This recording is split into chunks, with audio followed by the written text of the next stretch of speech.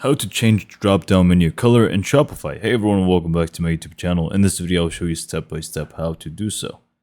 So first, you will start by going to Online Store Themes and click on Edit Theme. Now there are going to be two possible ways that you can do this, and I'm going to show you both. So the first way is going to be built in with some themes. Not every theme is going to have this option, but Dawn theme here does actually have it. So we can just go ahead and click on the header option.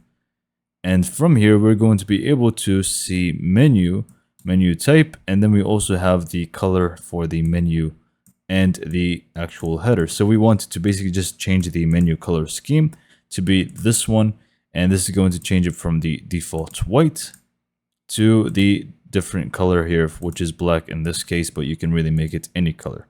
So to create a custom one, you simply just want to go to theme settings, go to colors, and create a new scheme. I'm just going to make one with a red background just to make it standing out.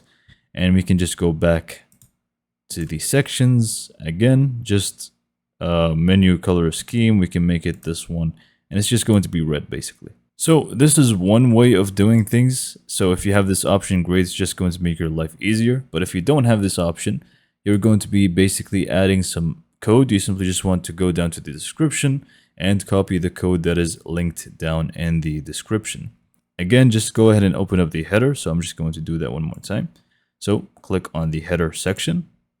Go down to the bottom until you find custom CSS. You simply just want to open it up and paste in the code right over here. So the only thing left for you to do is actually change the colors. I did actually set up some comments. The first one is going to change the background of the menu. So in this case, it's going to be red by default.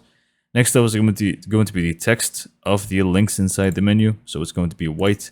And lastly, it's going to be the hover effect. So it's going to be black. So the only thing for you to change is going to be these hex codes. You simply just want to change them to be whatever color that you actually like.